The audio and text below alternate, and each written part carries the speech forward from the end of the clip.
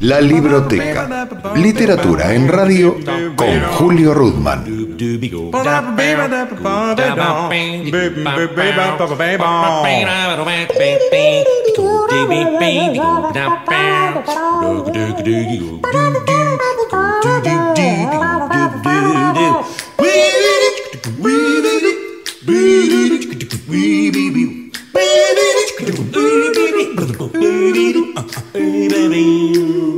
Bienvenidos a la última emisión del ciclo 2012 de la Libroteca.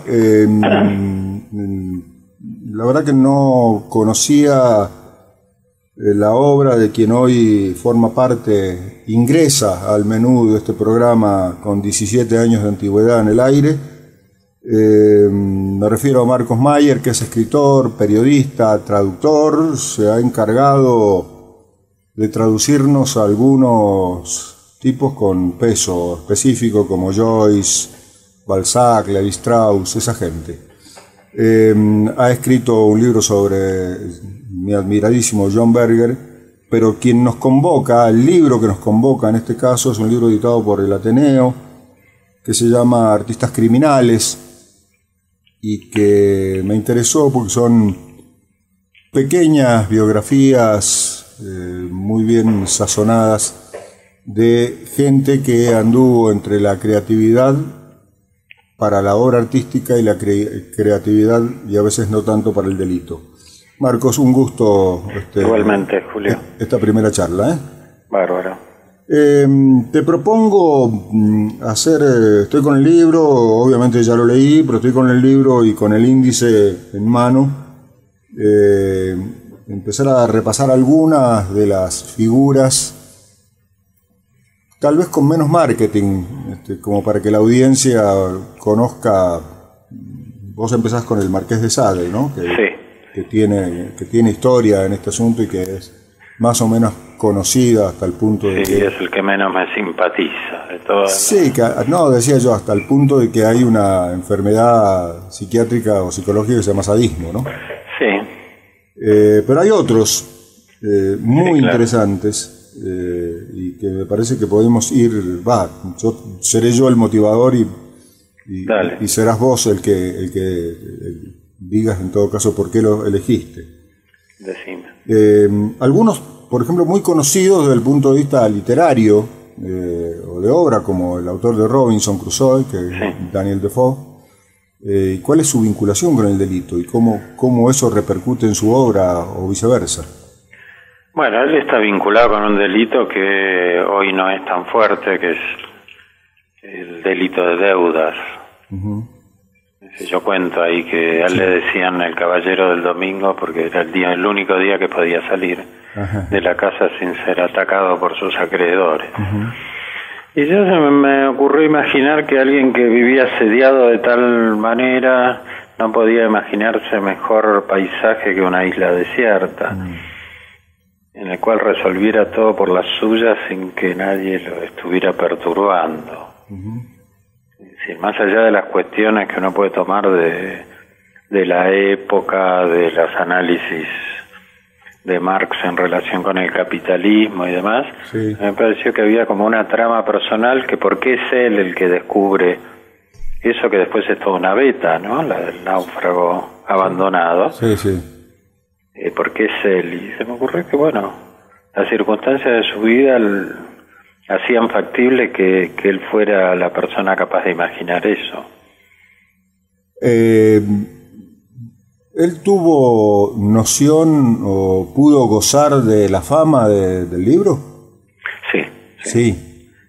¿Y lo sacó de las deudas? Eso ya no te lo sabría decir. En general los deudores son de por vida. Son como compulsivos. Más que compulsivos es una condición, la digo porque la sufro yo, de la cual es muy difícil salir. Ajá. No digo que sea una adicción, es una condición. Marcos, hay una... En realidad yo tendría que haber empezado, y pido disculpas por ahí, digamos. ¿Qué te lleva a hurgar en la vida de creadores, no todos escritores, algunos como Roscoe Arbuckle, actores de cine o músicos. Claro, eso, sí, o Sanguinetti, que autor de tangos, sí. O Ann Perry, digamos. ¿Qué te llevó a indagar esta temática? Vos lo explicás bien en la introducción, que se llama El lado oscuro, pero me gustaría que lo explicites a la audiencia. Mira, esto tiene una historia fáctica que si querés te la puedo contar. Sí, dale.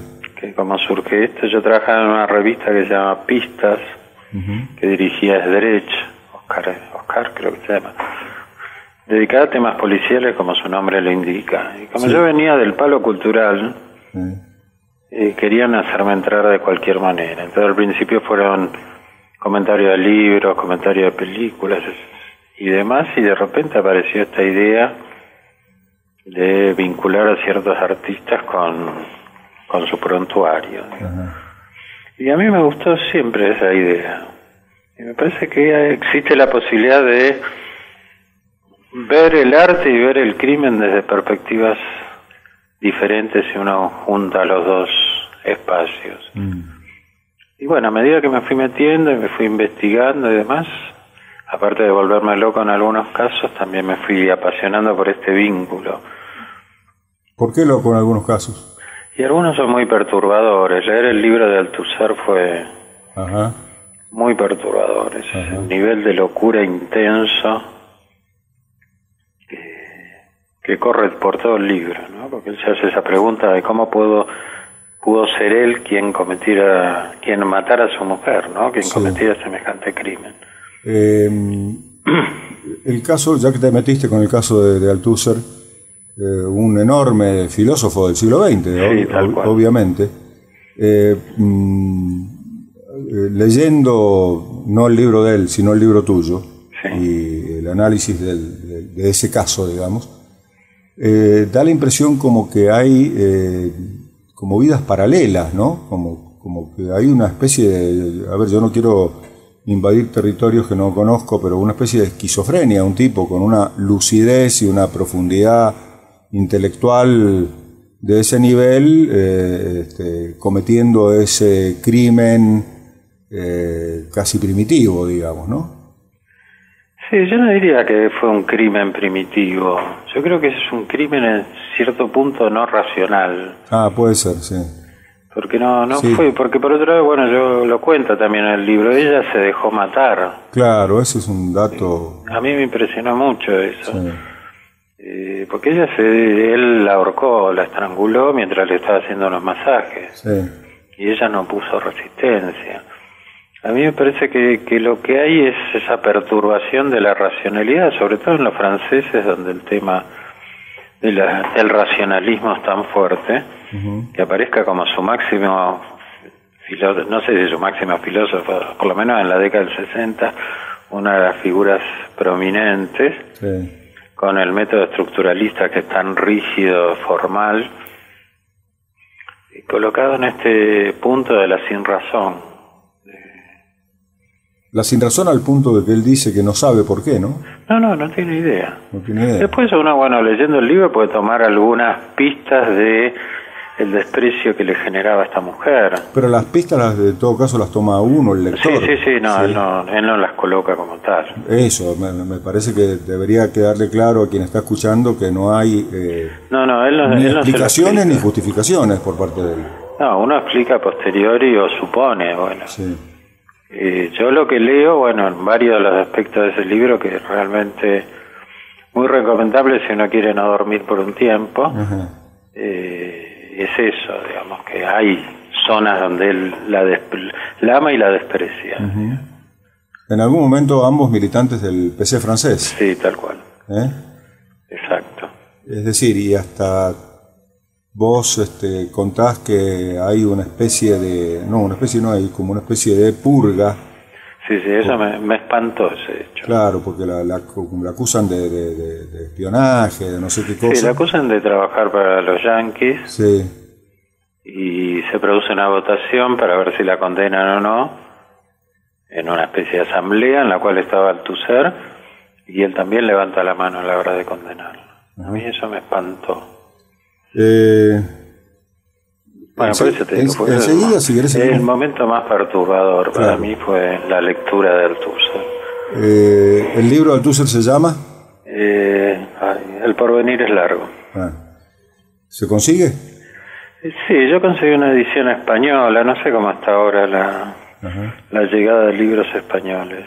Y si no, bueno, está el viejo recurso de bajárselo de la red, que yo no debería proponer, pero bueno, como estamos hablando de criminales. Pero si no está, no está.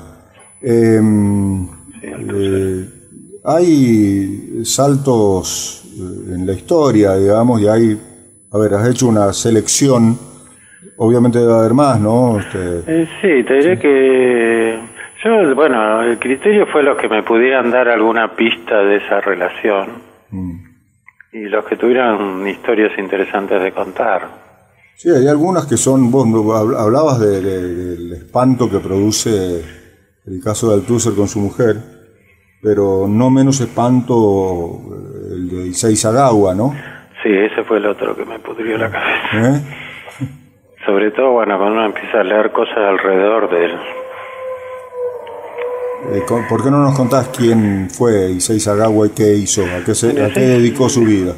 Issei Sagawa era un estudiante de letras de origen japonés que vivía en París y que conoció a una compañera de estudios a la cual mató y se la comió.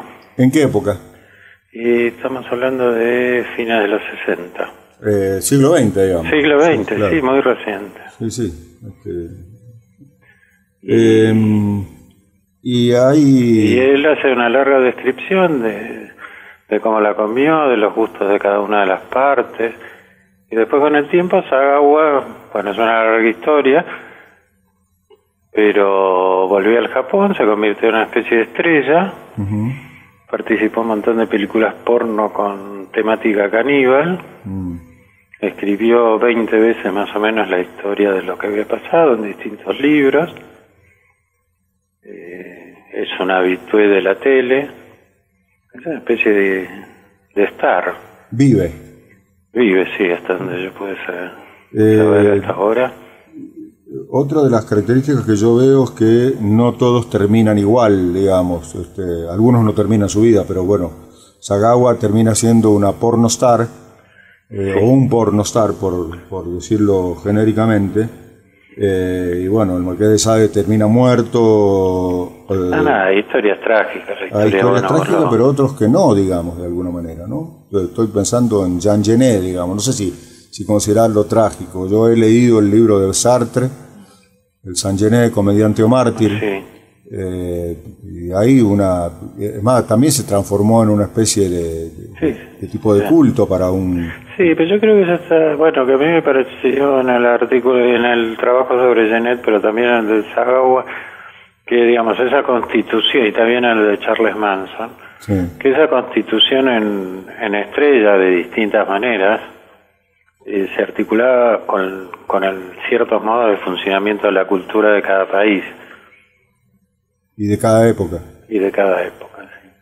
Sí. Pero que no, uno por ahí, bueno, la Francia que consagra a Genet, supongo que no funciona igual que la Inglaterra que le es contemporánea. En Francia, por lo menos ciertas zonas de la cultura francesa, no quiero generalizar esto ni mucho menos, hay como una fascinación por la transgresión.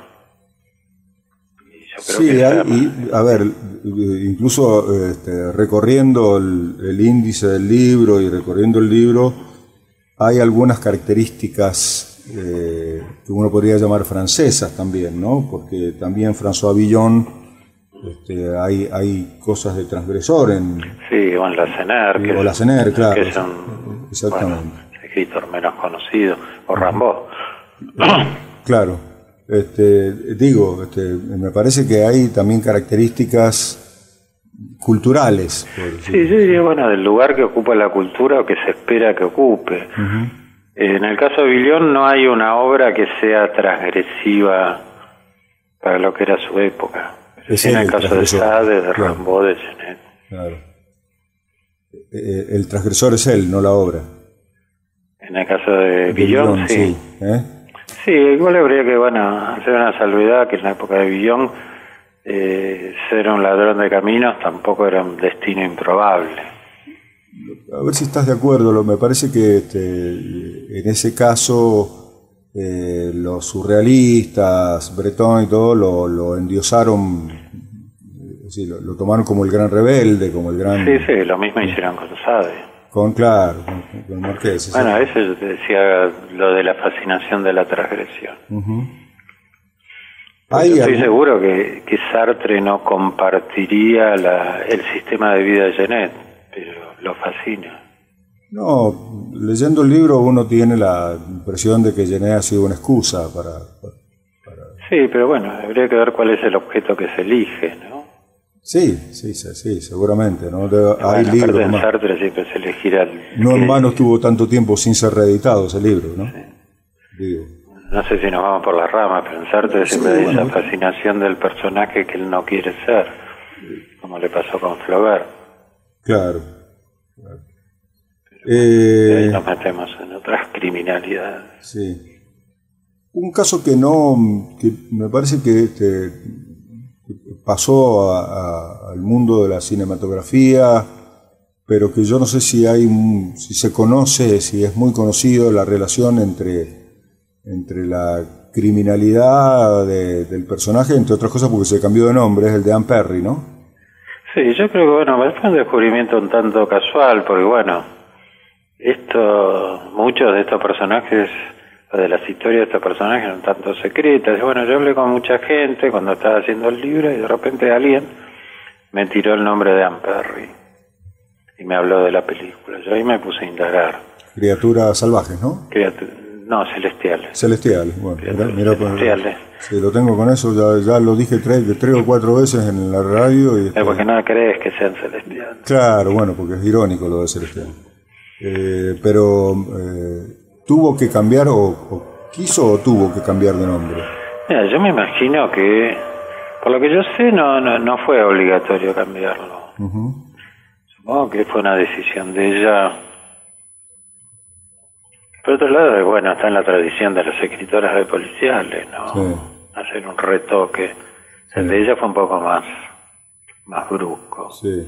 Pero supongo que quiso borrar ese rastro de su delito adolescente. Sí. A mí me gusta que la audiencia, que él o la oyente que está escuchándonos conversar, no le digamos todo, absolutamente todo. No, pero yo quiero que compren el libro. Sí, por lo menos que quede la curiosidad. Pero sí darle algunos datos, ¿no? Rápidamente puedes decir a Anne Perry es una actual escritora de policiales que escribe en Inglaterra. Sí, de bestsellers, ¿no? De bestsellers, sí. No son muy buenos los libros, para mi gusto. Sí. Ella, vivió parte de su infancia y adolescencia en Nueva Zelanda por el trabajo del padre, y ahí conoció una chica de su edad, a quien ayudó a matar a la madre de esta chica. Dicho así parece simple. Lo digo con toda la ironía que cabe, ¿no? Estamos charlando, le cuento a la audiencia, con Marcos Mayer, escritor, periodista, traductor de algunas celebridades. En este caso, la excusa que nos convoca es artistas criminales, o genios sin ley, digamos, ¿no? Genios creativos sin ley o fuera de la ley o contra la ley. Un libro que publicó hace poco tiempo Editorial El Ateneo. Una brevísima pausa y volvemos en la segunda y última parte de la libroteca de hoy. La libroteca. Literatura en radio con Julio Rudman. Aquí estamos, segunda parte de la charla libroteca de hoy con Marcos Mayer, autor de Artistas Criminales, que publicó El Ateneo. No los conté, pero hay una galería de personajes que atraviesan prácticamente, iba a decir, toda la historia del arte occidental, pero Sagawa, aunque cometió este asunto, este crimen, creo que en París, ¿no? Él lo hizo en París, pero se consagró, si se puede usar la palabra, en Japón. Sí, pasa a ser, como decías vos, pornostar en Japón. Sí, entre otras cosas. Sí, entre otras cosas. No, aparte lo interesante es que no solo pornostar, sino pornostar dedicado a las películas que incluyen el canibalismo. Sí, películas porno con canibalismo incluido. Ahí aparece Sagawa. ¿Quién fue Sofía Bassi? Sofía Bassi fue una pintora mexicana que, bueno, mató a su yerno ya por fines de la década del 60 y que se puso a pintar estando en prisión. Era una mujer de la alta sociedad, con lo cual consiguió condiciones VIP de prisión. Como suele suceder. Como suele suceder. Sí. Ella parece que era hasta un poquito más. Según las versiones, bueno, qué sé yo, en muchas de estas cosas encontrás leyendas, ¿no? ¿Vive Sofía Bassi? No vive. No. Ella incluso diseñó su propio ataúd. Vos sabés que ahí tocaste un tema que a mí me interesa y me parece que debe haber sido objeto de investigación tuyo. ¿Cuánto hay de verificable y cuánto hay de leyenda en muchos de los casos, no? Y sí, bueno, en el caso de Sanguinetti yo tengo una fuente muy confiable, pero la única, que es Oscar del Priore. Sí. Después nadie más sabía de este asunto. Sanguinetti, que comentemos la audiencia, es entre otras cosas el autor del tango Nada, ¿no? Sí, ese es su tango más famoso. Es su tango más famoso, ¿no? Y que, bueno, mató a su cuñado. Ajá. Que según él maltrataba a su hermana. ¿En el velorio puede ser? Sí. A la salida del velorio lo vio llorar frente al ataúd de la hermana y se le indignaba. Lo que pasa es que él ya había ido preparado porque fue con un revólver. Sí. No fue una indignación así ad hoc. Sí, no fue un arrebato, digamos. No, aparte parece que le pegó un solo tiro y con eso alcanzó. Además, el muerto era militar. Era militar y bueno, esto, yo no sé si esto pudo ser comprobado o no, maltrataba, le pegaba a la mujer y... Sí, bueno, la hipótesis de él, por lo menos la que contó a quienes después lo protegieron, era que esta mujer había contraído tuberculosis a causa de los maltratos a la que la sometía su marido. Y que murió de eso, además. ¿Qué? Y murió de eso la mujer, ¿no? Sí. Entonces cuando él lo ve llorar a él al lado del ataúd de su hermana, eso termina siendo lo que disparó en todos los sentidos de la palabra disparar, ¿no? Sí. Y después, bueno, no sé si hay una linda historia que, bueno, interviene Perón en todo esto. Sí, y no es la única vez que interviene Perón, ¿no? No, después eso encontré, bueno, no lo puse, me parecí, no lo desarrollé, pero me parece un personaje demasiado menor. Del dúo buono-austriano. Del dúo buono-austriano. Buono mató a su esposa. Sí. Y Perón, después de varios años de cárcel, lo indultó. Sí. Inclusive está la famosa anécdota de Hugo del Carril pidiéndole a Perón la libertad de Alfredo Varela, el escritor comunista, el autor del Río Oscuro. Claro, pero estamos en un caso de política. No, me refiero, hago referencia... No, aparentemente Perón era, no sé si fácil, no me atrevería a decir eso. Sí. Pero en ciertos casos lo conmovían especialmente. Marcos, uno de los primeros, el segundo caso que vos tratás en el libro es de Roscoe Arbuckle, el actor cómico, cine mudo, ¿no? Sí, era una estrella, ahora está muy olvidado, pero era una estrella al lado de Chaplin y de Buster Keaton. Sí, me gustaría una referencia tuya porque cuando uno lee el caso, yo no lo conocía o lo tenía muy guardado en el disco rígido mío, a mí me suena como que hay una cuestión de ambiente, ¿no? De putrefacción del ambiente artístico en el caso de él. Pareciera, yo creo que también, bueno, esto es especulación, pero que era un tipo que no estaba muy preparado para ese universo de mujeres fáciles y alcohol y dinero y autos de lujo, porque la sensación de lo que hizo fue producto de una mente desestabilizada. Ajá.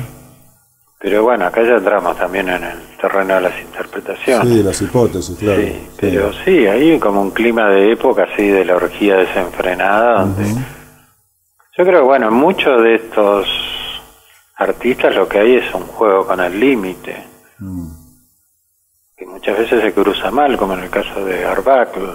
Bueno, ¿qué más puedo hacer con una mujer? Claro. Bueno, ¿puedo contar qué le hizo? Sí, está muy bien, yo le recomiendo a la audiencia que si compra el libro, que de alguna manera la idea es entusiasmarlo. A ver, voy a decir casi una verdad de perogrullo, empiezo por el principio, porque hay como una tendencia casi de morbo del lector a ir directamente a los casos, ¿no?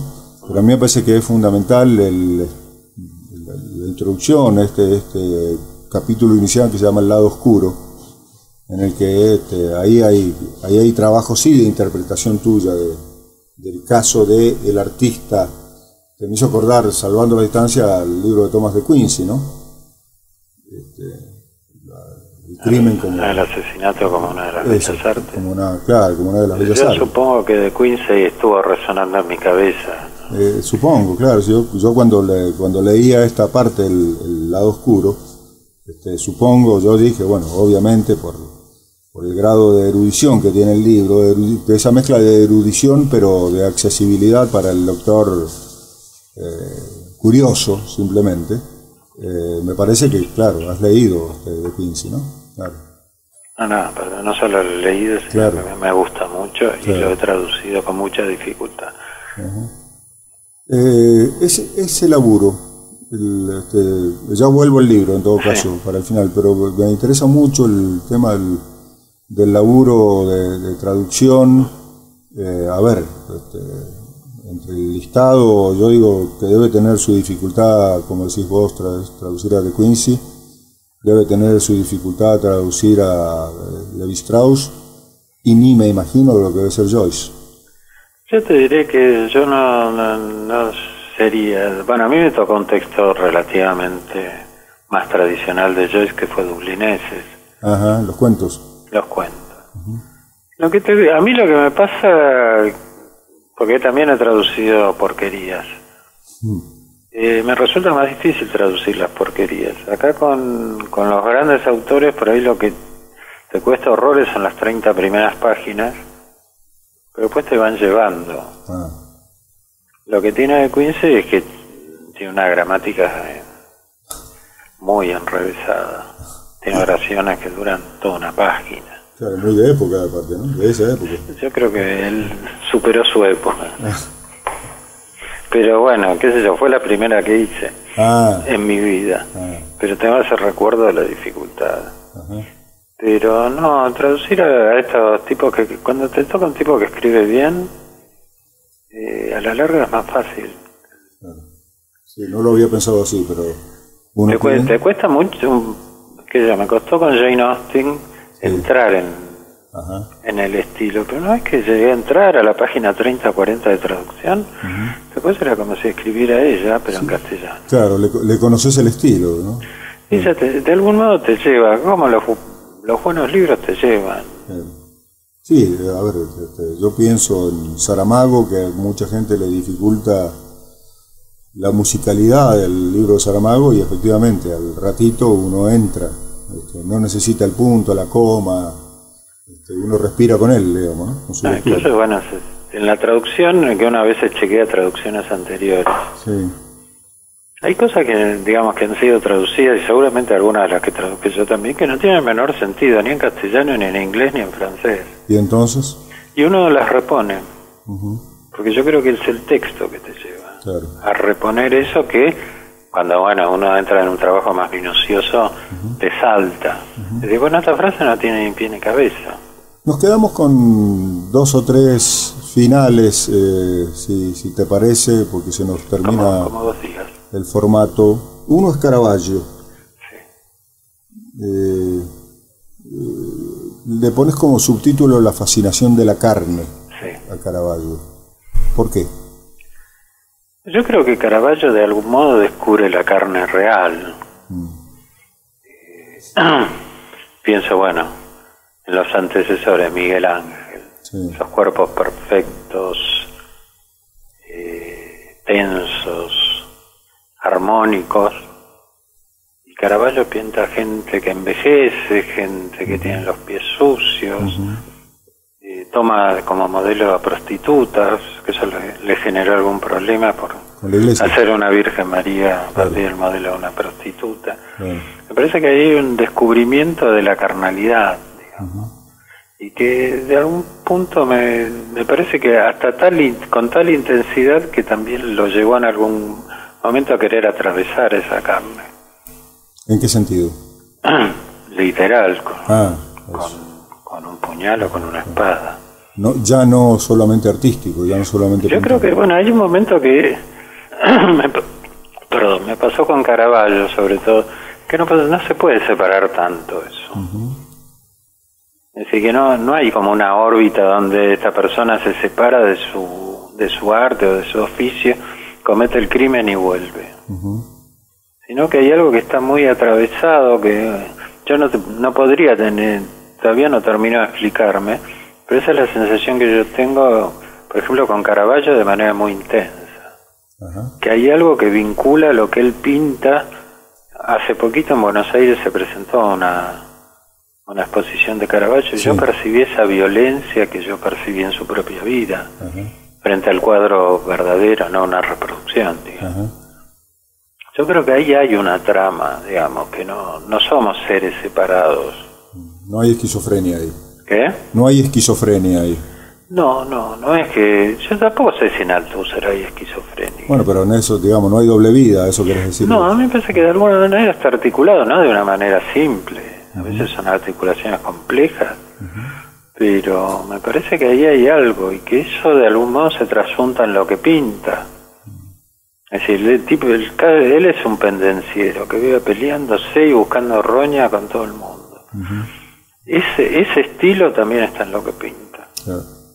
Sí, los que hemos visto, yo no, la de Buenos Aires no, la vi en Europa, pero el tema de la...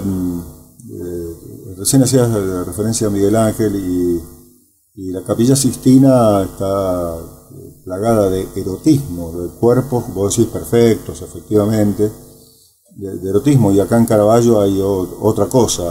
O si no hay otra forma del erotismo, digamos, claro, un erotismo de a pie, si claro, se puede decir así. El pedestre, sí. El otro, antes que se nos vaya el tiempo, los otros dos que me gustaría que expliques, es uno que nos llega muy de cerca, por lo menos a mí, que yo tengo 66 años, viví el auge del folclore de la década del 60, sobre todo, y es la del Chango Rodríguez, ¿no? Sí. Tuve que hacer un alto por un toro mañero al pie del Calicanto. Sí. ¿Sí?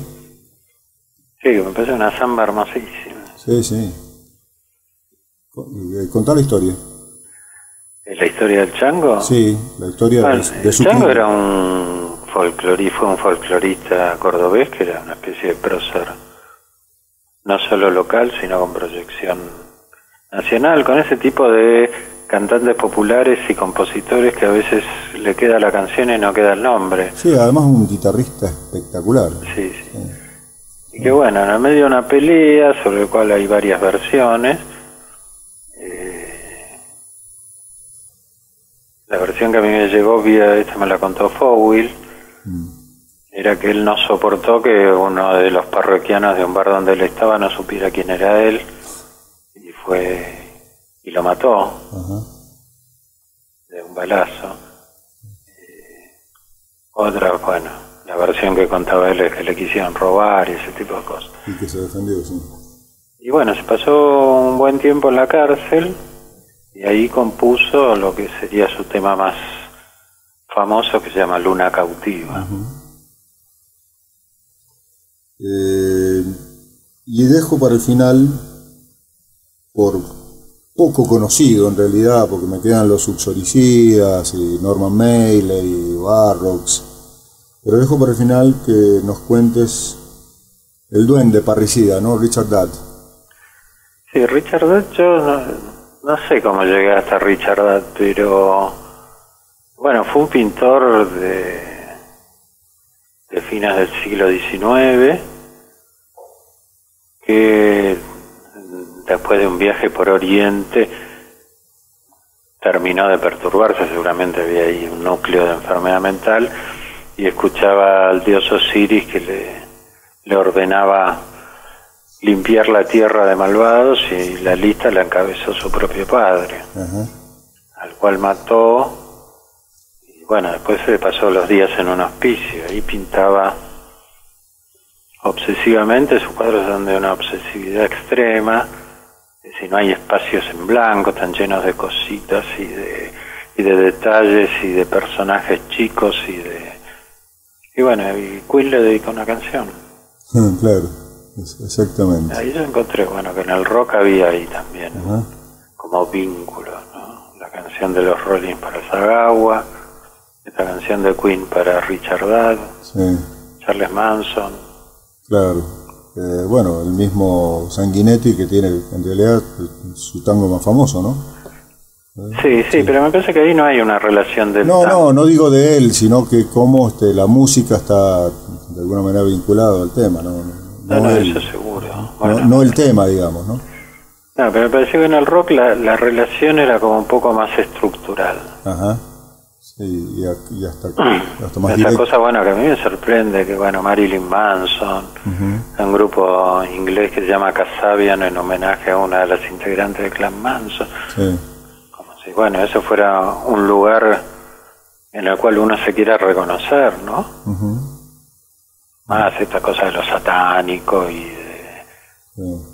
la puesta en escena de lo sanguinario y demás. Yo creo que hay un punto ahí donde hay que yo por ahí no llegué tan lejos en el libro, pero que creo que hay una cierta estructura ahí. Una relación más de estructura, que es lo que puede pasar eventualmente un tanguero. Sí. Y cierta sentimentalidad. A todo esto Sanguinetti no se llamaba Sanguinetti, ¿no? No sé si lo dijimos. Y si ahora, si me apuras, no me acuerdo. No me acuerdo cómo se llamaba, lo tengo claro. No, está puesta en el libro. Pero no se llamaba Sanguinetti, y cuando volvió al Uruguay, era uruguayo, siguió manteniendo el nombre ¿no? Sí. Por eso Sanguinetti. Que es también una característica que se da con Amperri, digamos, y alguna gente. Marcos, te agradezco mucho. No, al contrario, espero que el diálogo, la lectura del libro.